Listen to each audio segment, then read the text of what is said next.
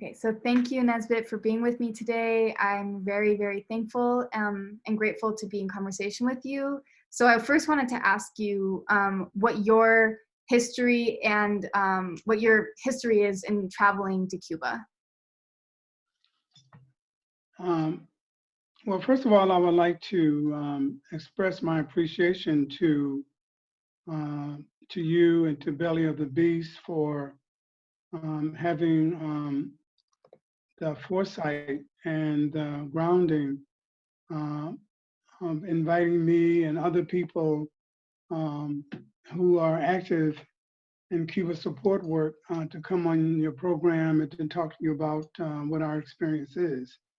I also want to say that I am so incredibly impressed by the young people, you included, in the Belly of the Beast, in your effort to bring about some conjunction between the young people, Black people, people of color, and indigenous people, and working class people with what we find in Cuba and what our support of Cuba means. And so this is really a pleasure for me, and I appreciate it. My first time going to Cuba was in 1979. I was on the 11th Brigade.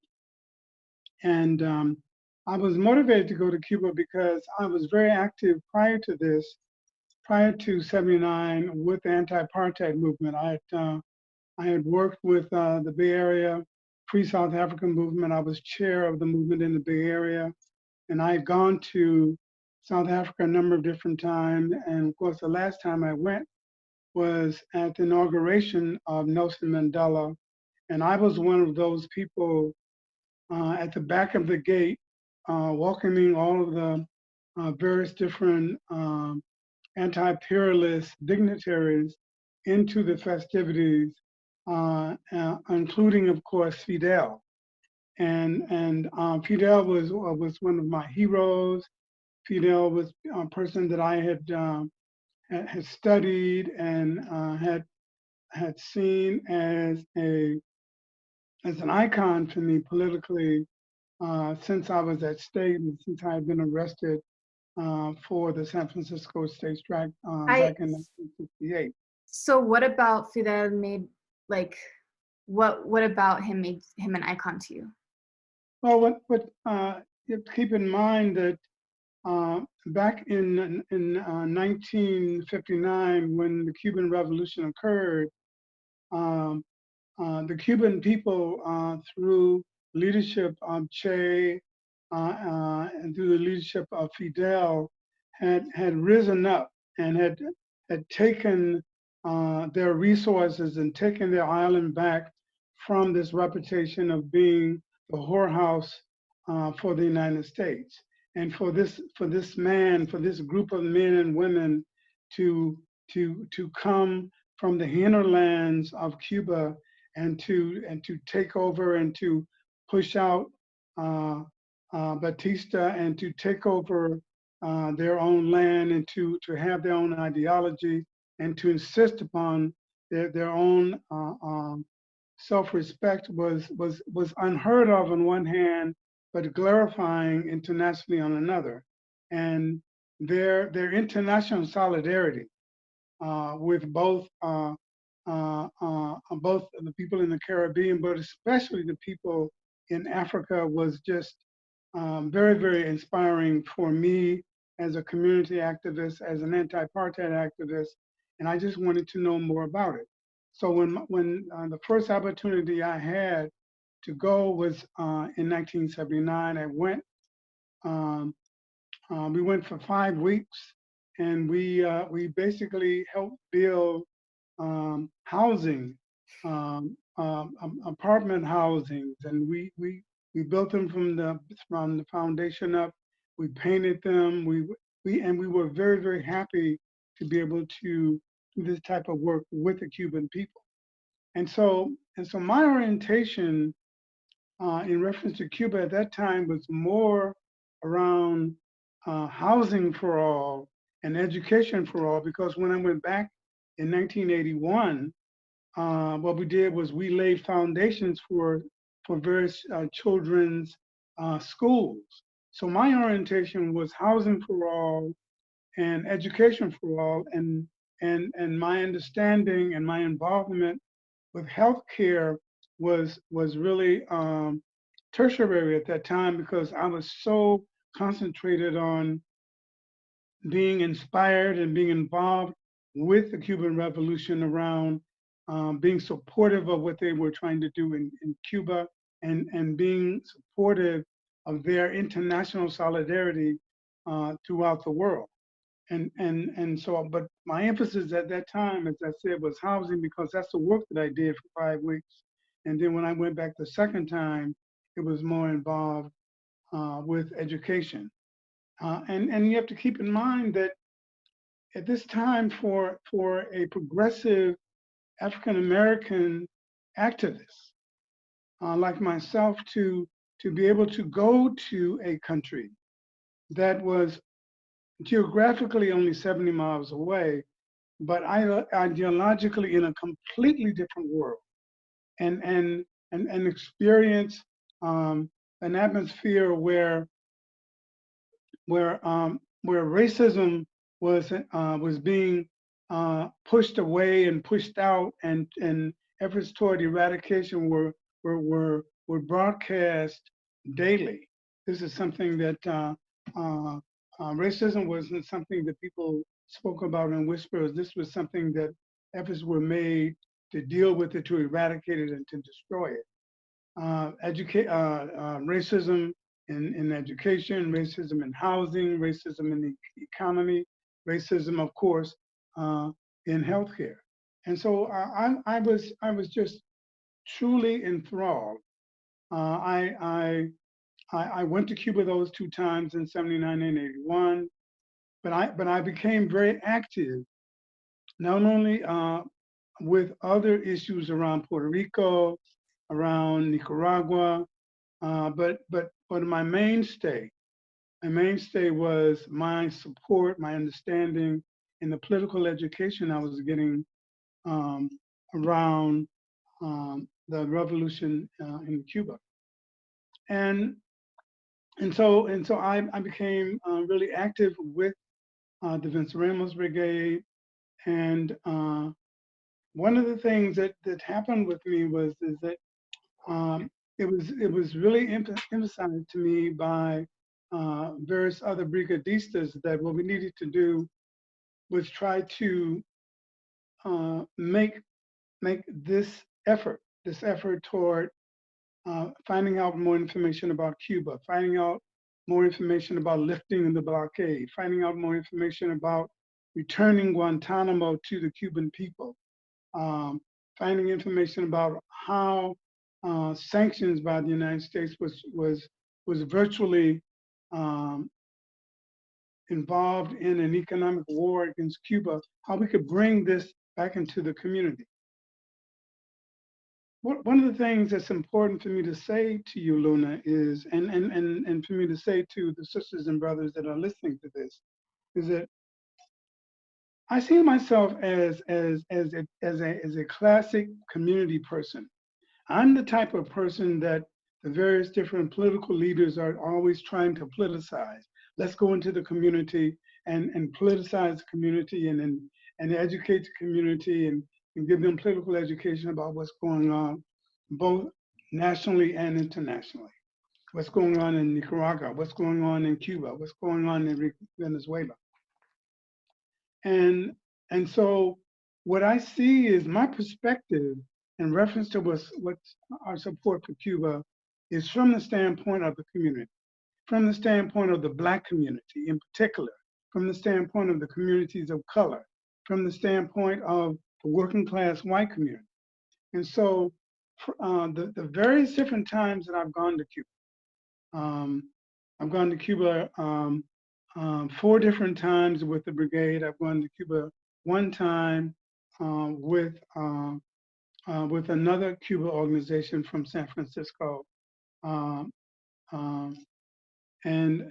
all of these efforts were made to try to organize within the Black community involve more Black people, involve more young people, involve more working class people into this effort.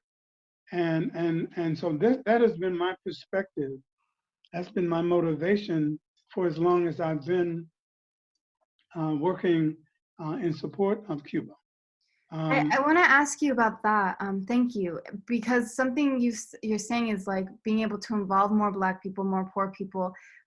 There is a face in the United States to a lot of international solidarity.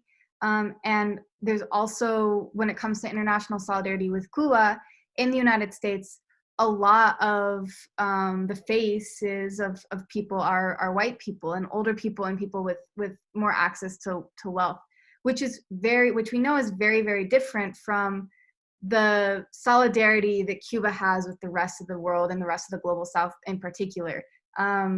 Cubans are, in solidarity and have a long history of really deep ties that are very meaningful with countries and people all across the continent of Africa, all across East Asia, South Asia, the Soviet Union, people who are poor, working class, and a lot of people of color and Black people. So I was wondering, like, if you can speak to this, why is the face of a lot of Cuba solidarity in the United States white people who have more access to wealth, and is there a movement to recognize the contributions of radical Black writers and activists that have also contributed a lot to the solidarity with Cuba? I think that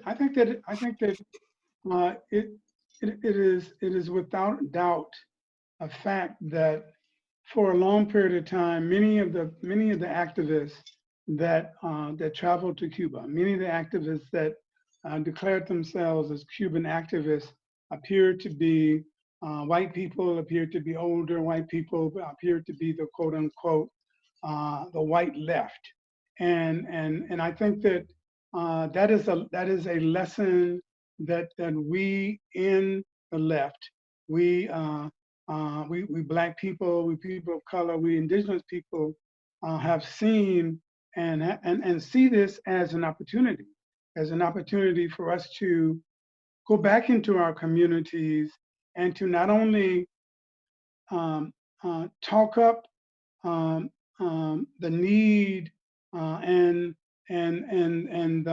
the political worthwhileness of going to Cuba, but setting up resources, setting up structures that are important, whereby we can make sure that those young people who may not be able to afford whatever the cost that may occur in reference to travel to Cuba, wipe out that type of anxiety, supply those resources so those people can in fact go.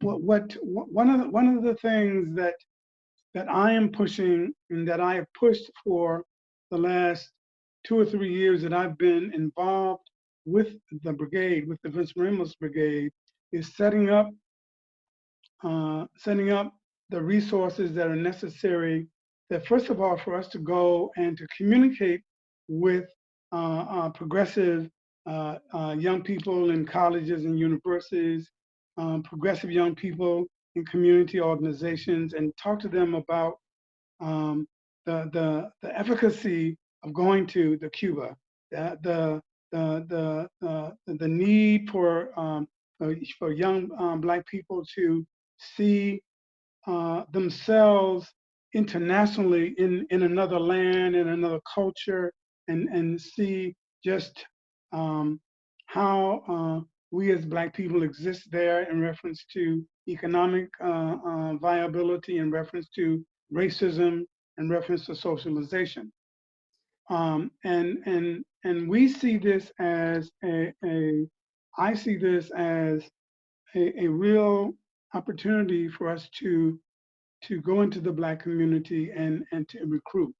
And as time has gone by, because of the change in the street, because of the brutality, because of the killing, because of the police brutality that's going on in the Black community and in the communities of color and in the poor communities, people are beginning to understand that there is another society existing, and that society is very near us geographically, even though it's a long ways from us in reference to ideological belief.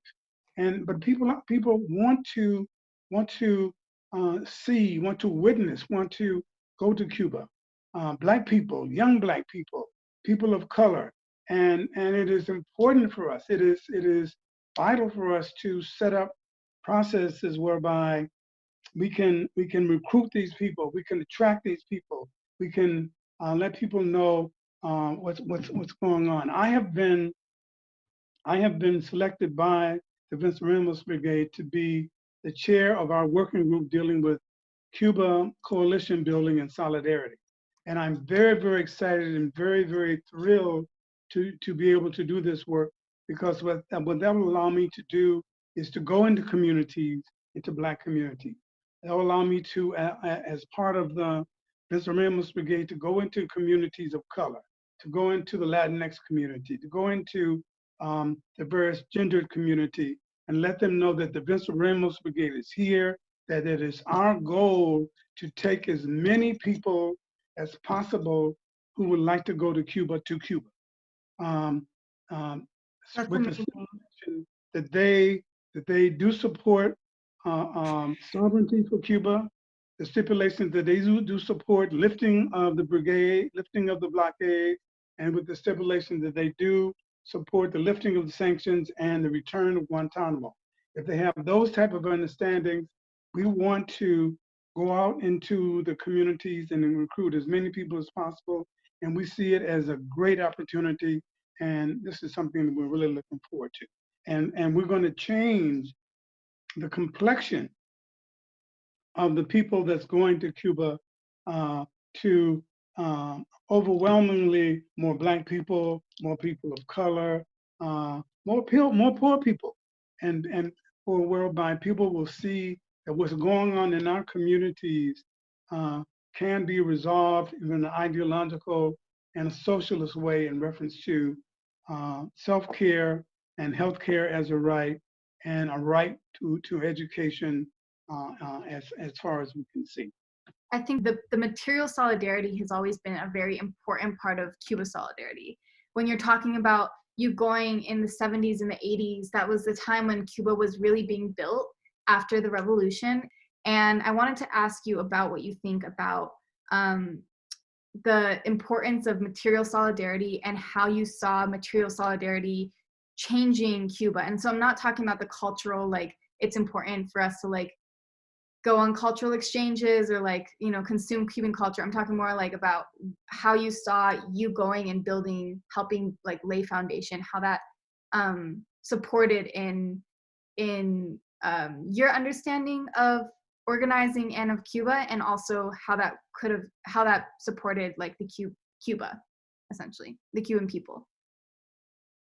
Well, I think that when I went in Cuba in '79 and '81, I went to Cuba with the idea, to really be frank with you, that I was going there to help the Cubans build their fragile economy.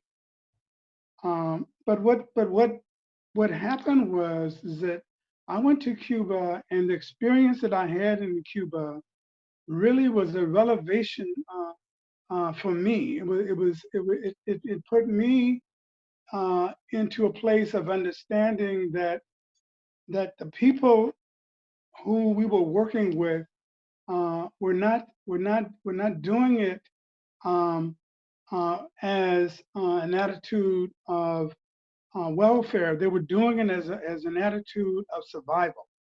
They were doing it as an attitude of this is something that we are building for ourselves. And if you're here to help us with this effort, you are welcome.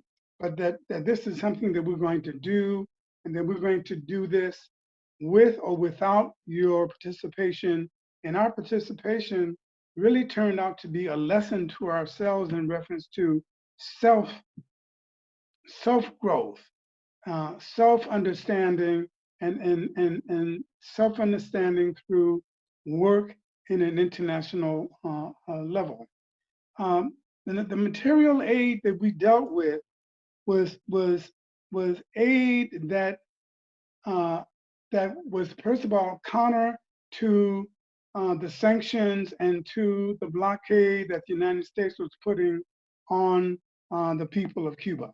And what we were doing was trying to take from the belly of the beast to the people that this beast had been trying to devour, to rob, to to to take from it, and to return some of these goods to these people with the understanding that with a socialistic basis, that everyone had the right to have an equal portion.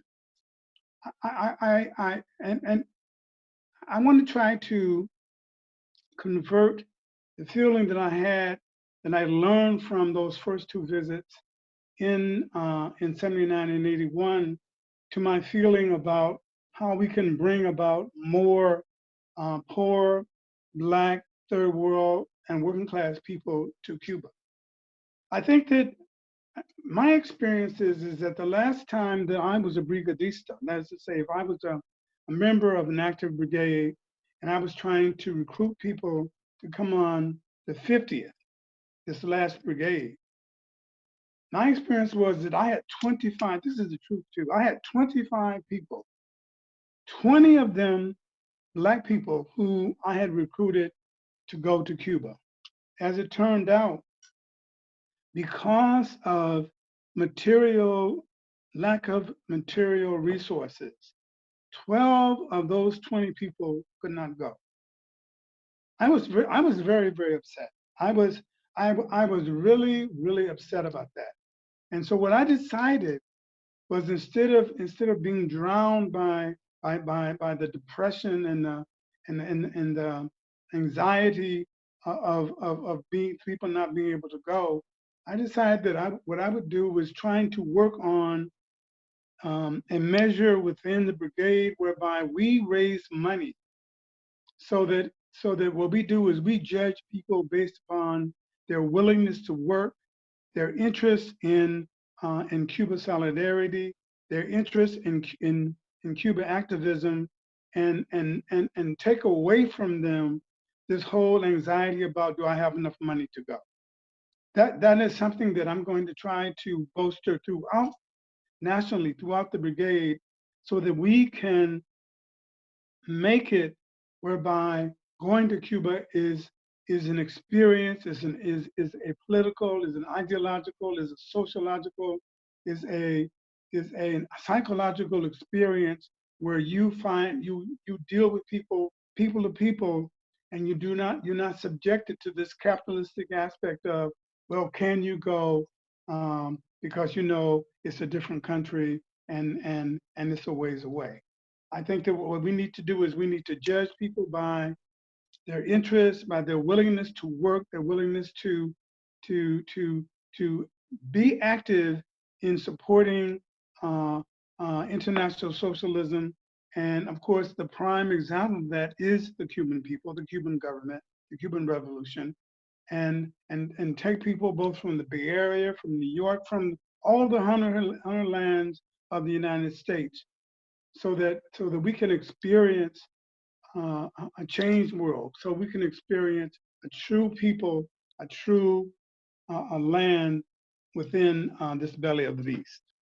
You have to keep in mind that one gets political education on one level, and you learn the ideological aspects of what a society, what a movement, what socialism is supposed to mean. On the other hand, if you witness it, if you go to the country, if you go to Cuba, if you go to Nicaragua, if you go to Venezuela, and you by your experience, you pay witness to the society, to the economy, to the political construct, and you see how it affects you as a person, You see how it affects you as a worker. You see how it affects you in the various different programs that you attend, be it a farm, um, be it a biotech uh, um, agency,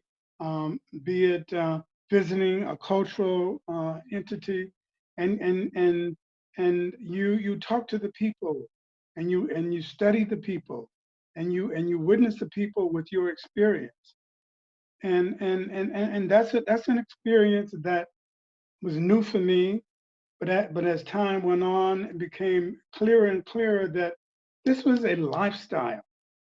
We're talking about a different lifestyle where people see each other as comrades. They see each other as community sisters and brothers who are trying to bring about a higher level of living for the society, for the various different entities that they exist in. And then what happens is that you come back to the United States, come back to the Bay Area, you come back to New York, you come back to New Mexico, and you see how people interact.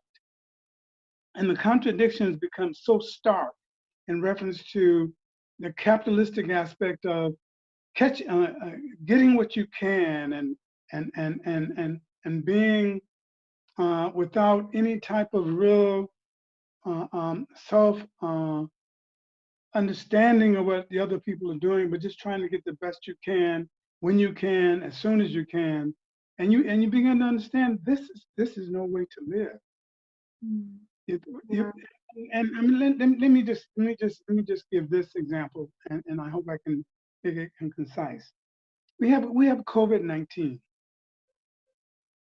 and what we have is that we have the convergence of COVID-19 being a universal and international virus, and we see how it is handled in a socialist society such as Cuba, where healthcare is a right.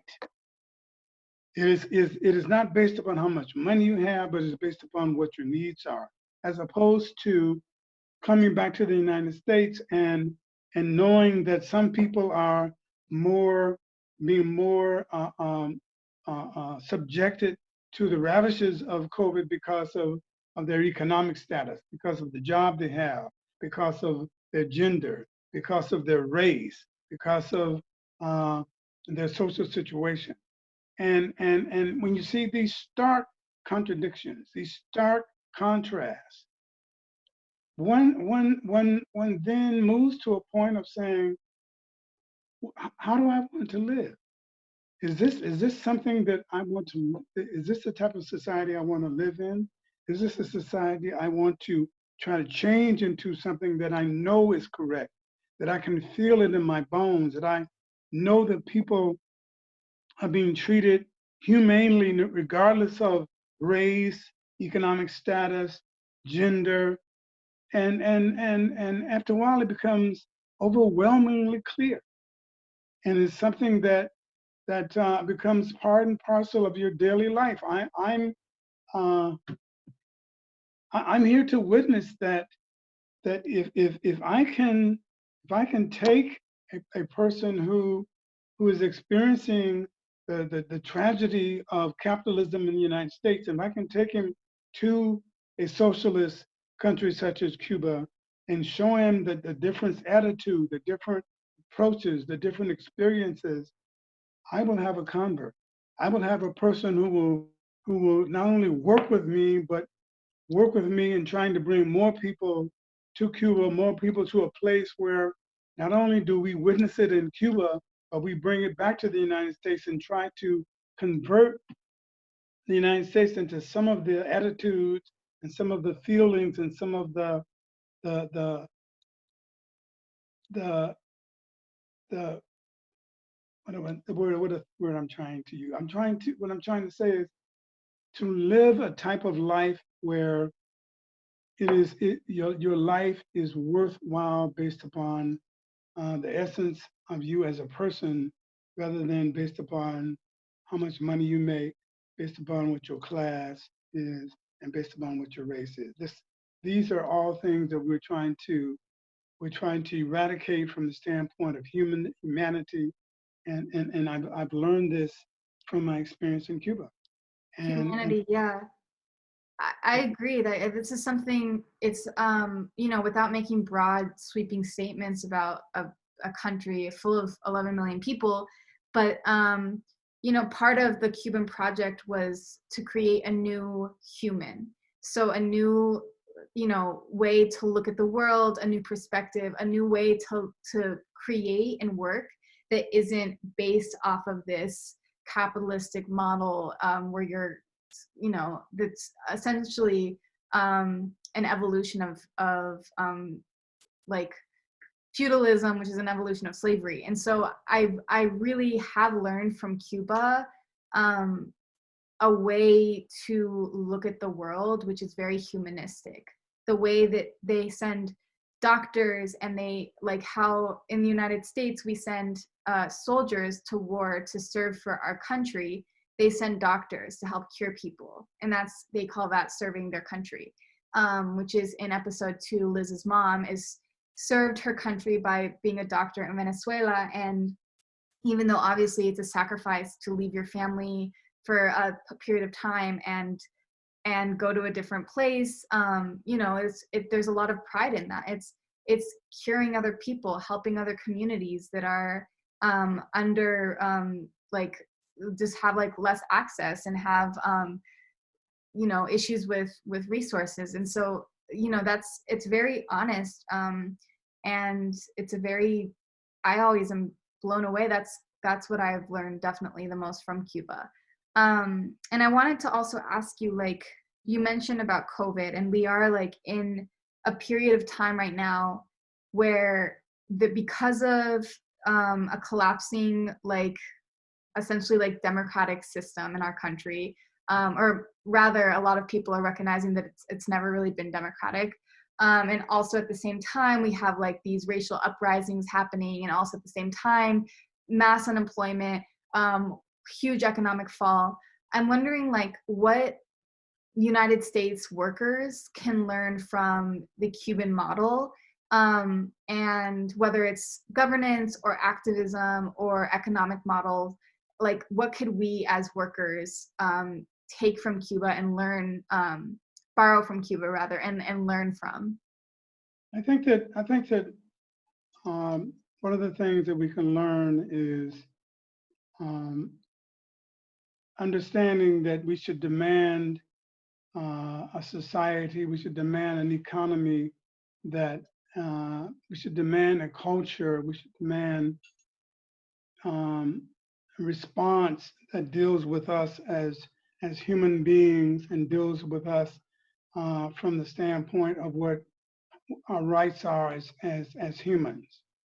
I think it's important for us to keep in mind that the socialistic model is only a threat to you if you see it as a threat to your getting over on me or you. If you see other people and you see them from the standpoint of their needs, and you see them from the standpoint of the opportunity to make the best of themselves through taking advantage of whatever resources there are out there, it's important for us to keep that in mind. I think it's important for workers in the society in the United States to keep in mind that we have many more things in common as workers in reference to what our basic needs are, and what we need to do to come together to work to make it an advantage for all of us as workers, rather than being selfish and looking at it only as what is good for me, and not to repeat this type of this attitude of, well, it's one for yourself and everyone should take the second fiddle. I think that one of the reasons why we in the Cuban activist community, one of the reasons why we in the Venceremos Brigade are so anxious in trying to get people to go to Cuba is to see that there is an example there of where uh, the Cuban Federation of Women where other Cuban unions are working toward a universal lifting of the floor away from being oppressed, but moving toward getting ahead for everyone. Be that in your economics, living conditions, be that in your education, be that in your healthcare. And I think that people in the United States have been taught for a long time, including all of us. We've been taught, like, go for yourself. When it comes right down to it, it's just you. And there's a different ethos. There's a different ethic. There's a different social thought that involves your humanity and how this humanity is an international thing. I think that is really difficult for us. We've been taught this for most of our lives, that is one for yourself and everyone else is secondary. And when you find a society, when you find a government that talks about international solidarity, when you talk about a government that deals with fostering sovereignty for people who've been oppressed internationally in Africa, in the East, in East Asia, in the Caribbean, and saying we will, as a people, we will do everything in our power to bring about solidarity, to bring about a lifting of people's welfare, health, education, and just living conditions. It is hard for us as victims of this capitalistic society to understand that type of humanitarian ethic does exist, can exist, and we're trying to bring more of it to this society. And the best way to do that is to show people that it exists and to show people we can bring it back to this country. And as time goes on, we can wear away this selfishness, this oppression, this racism, and this class struggle. And this is what we're trying to do. Okay, so I want to talk about this idea about how this could transform our own society. So you've been involved in Venceremos since the 70s, and but you've also been a really integral part of your Oakland community in the Bay Area, California. And is that correct, Oakland? Oakland, Richmond. Oakland, and Richmond. So, and I want to know, like, what is, and also you were really, really involved with the activism in the school system and transforming the school system to be less racist. And so I wanted to know, like, if it doesn't have to be like specifically to Cuba, it could be like more about international solidarity, but if you've seen a shift in the way that your own Oakland and Richmond community in the Bay Area have grown through international solidarity and conversations. Oh, let me give you some specific examples. My background stems from 50 years of activism with the San Francisco college and university systems in dealing with ethnic studies. I was one of the people involved in the San Francisco state strike over 50 years ago, and I went to jail and the prison behind that. I am currently active with trying to get ethnic studies to be mandatory studies from K through 12 and from freshman through graduate school. And that is a challenging work, and it's an opportunity, and it is clearly becoming more and more popular, both in the local area and also in the state. Unfortunately, Governor Newsom just vetoed our ethnic studies a mandatory stipulation for K through 12, but we're working on that, and there's a tremendous number of people who are working on trying to get that overturned. There are people working dealing with housing. There are people dealing with healthcare. There are people dealing with specifically with mental health in this area. And what we found is that keeping in mind that there are people coming to these various different arenas from various different avenues. Some come from purely from the United States, some come from international works, some come from work that they've done in the past. But what I'm finding is that people through technology, through Facebook, through YouTube, through Twitter, uh, through email, through all different types of communications, people are communicating with each other and talking about the organizations that are going on. People are very, very concerned about how their various different areas are being governed. Here in Richmond, of course, we're concerned about how we are being governed, especially in relationship to the Chevron plant that's in our community and how that affects our environmental health. Climate change, of course, is an incredibly important aspect of organizing in the Bay Area, in California, in the United States, but particularly in the state of California, particularly in the Bay Area, climate change is an issue of organizing importance, as important as COVID-19, because it's very, very clear from the various different climate fires that we have throughout the state of California, because of the temperature ranges.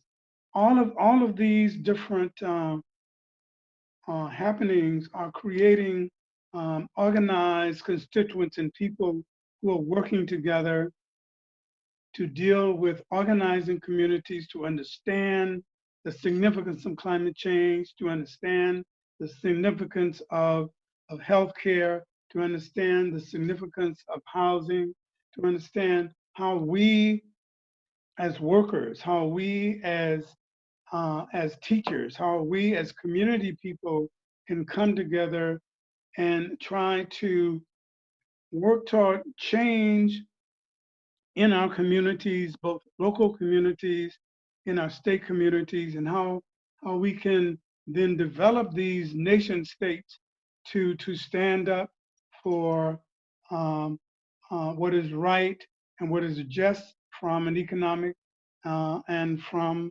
a political standpoint. Let me give you one very quick example. The city of San Francisco is on the razor's edge when it comes to dealing with migrant people, people who with English as a second language, people who are whose parents were not born here, but who were born here, the DACA people. There is a tremendous amount of organizations and organizing going on in the city of San Francisco around how COVID affects these people and what the city of San Francisco is doing to help combat this, to help combat these people who are being victimized by COVID-19. But on the other hand, as a conjunction with that, we, as a Saving Lives campaign, part of the Venceremos Brigade, have taken resolutions in support of medical collaboration with Cuba, for example, and taken it to the Board of Supervisors of the City and County of San Francisco, had this resolution passed unanimously, sponsored by 3 different members of the Board of Supervisors. And we are now on the other side of that issue. That is to say, we've had the resolution passed, and now what we're trying to do is move toward setting up some concrete measures of medical collaboration in the city and county of San Francisco, going to the city Department of Public Health, going to UC San Francisco, going to the gigantic world-class medical institutions in the Bay Area and trying to get them to commit, as the Board of Supervisors did, to work with the Cuban government around medical collaboration. So, and how does it, this all comes together in how this is a citywide politicalization, an area-wide politicalization where people are understanding that Black people who are suffering from diabetes, for example, can benefit from knowing that there is a medication that's been developed by the Cuba medical community that deals with the prevention of amputations among the extreme aspects of diabetes. And of course, that is a real issue around Black people. That there is a medical vaccine that is being developed by Cubans in reference to lung cancer. And that there are other issues. There's medications that are being developed in reference to how it can prevent the transmission of HIV from mother to child. So these are issues that deal specifically and distinctly within the city of San Francisco, within the Black community, within communities of color. And even though they are local in concentration, they are international in application, because there are medications that exist that can have some very positive effect on diminishing some of the negative aspects of those ailments. So to come back to your question, this is an opportunity for us to organize. This is an opportunity for us to organize not only from the standpoint of having people know about Cuba, but having people understand that there are specific issues that deal with their daily lives, with their empirical experience, that has a socialistic orientation that we can organize around, that we can come together around, that we can struggle with each other around, and grow stronger in reference to a socialist orientation, an orientation of self-help, an orientation toward combining the needs of the community with the responsibility of the city, and converting those representatives, those political representatives of these communities, into progressive people, and seeing how they can input some positive aspects of health, education, housing, and just community living in a positive way.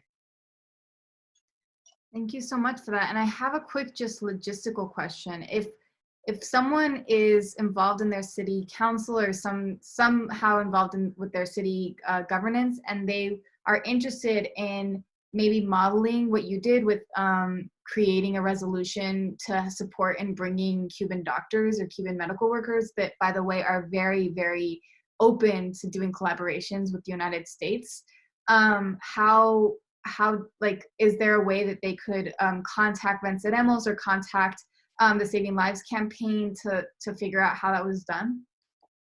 Oh, great. Thank you for asking that question. I love it. What's happening is that the Saving Lives Coordinating Committee, which is part of the Venceremos Brigade Bay Area Saving Lives campaign, has set up a toolkit, which starts from the very, very beginning, the thought of setting up a resolution for cities, for the municipalities, for medical institutions, for labor unions. We have a toolkit that gives you a step-by-step process of organizing this, and that toolkit can be accessed by getting in touch with the Bay Area Coordinating Saving Lives Campaign through myself, Nesbit DVC@gmail.com, or through vbcubanews.com. But if people are interested in the process of resolutions, the process of medical collaboration, please get in touch with the Saving Lives campaign in care of myself, and we will get right back in touch with you, and we will give you a toolkit that will take you step by step from thought all the way to getting the resolution passed and moving toward setting up various different ground level processes of medical collaboration with Cuba. Absolutely. Yay, cool. Thank you so much. I think that's something that would behoove all of us to get involved with and to get active around, because the United States is very, mismanages health infrastructure and healthcare in general. There's a lot of poor people, people of color, young people, older people who don't have access to healthcare, and Cuba has the most robust, probably among the most robust healthcare systems in the entire world. They have the highest doctor to patient ratio in the entire world, and they have stated many times that they're very willing to send doctors. They have no qualm with the US people. They can totally send doctors. So I think that's something we were like trying to research on if that's something that happens. And I think it's something that is possible if there's enough push from the people. Oh yes, we are very, very enthusiastic about setting up a process whereby people can have conversations, people can communicate, can have forums, and where there can be communications between various health institutions and health organizations in the United States with their counterparts in Cuba, and we really encourage it, and we will do everything in our power to encourage that. Cool. Well, we're coming towards the end of this interview, but I just wanted to first ask you if there's anything else you'd like to add about Cuba, or about your own activism in the US, or about the project or anything. And yeah.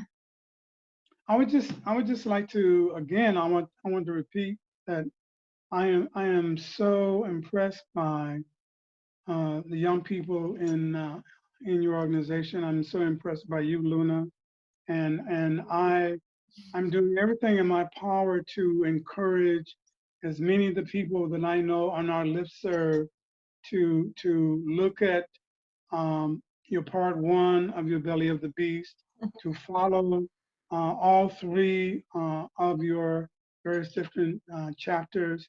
And I think that it is important for us to establish as close a relationship as possible so that people can see what's going on in Cuba and how they can relate to Cuba in a very clear and concise way. And I think that what you're doing is very, very, very, very vital.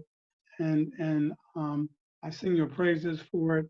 And if there's anything at all that we in the Bay Area, we nationally with the Venceremos Brigade can do to help foster this, please don't hesitate to get in touch with us. I think that we are taught that the United States is the greatest country in the world, and we don't need to travel.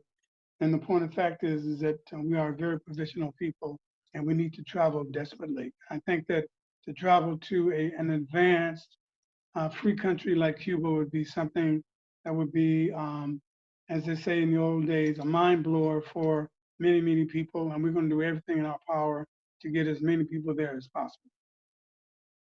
Cool. Well, thank you so much. I appreciate it a lot. Thank you very much, and venceremos.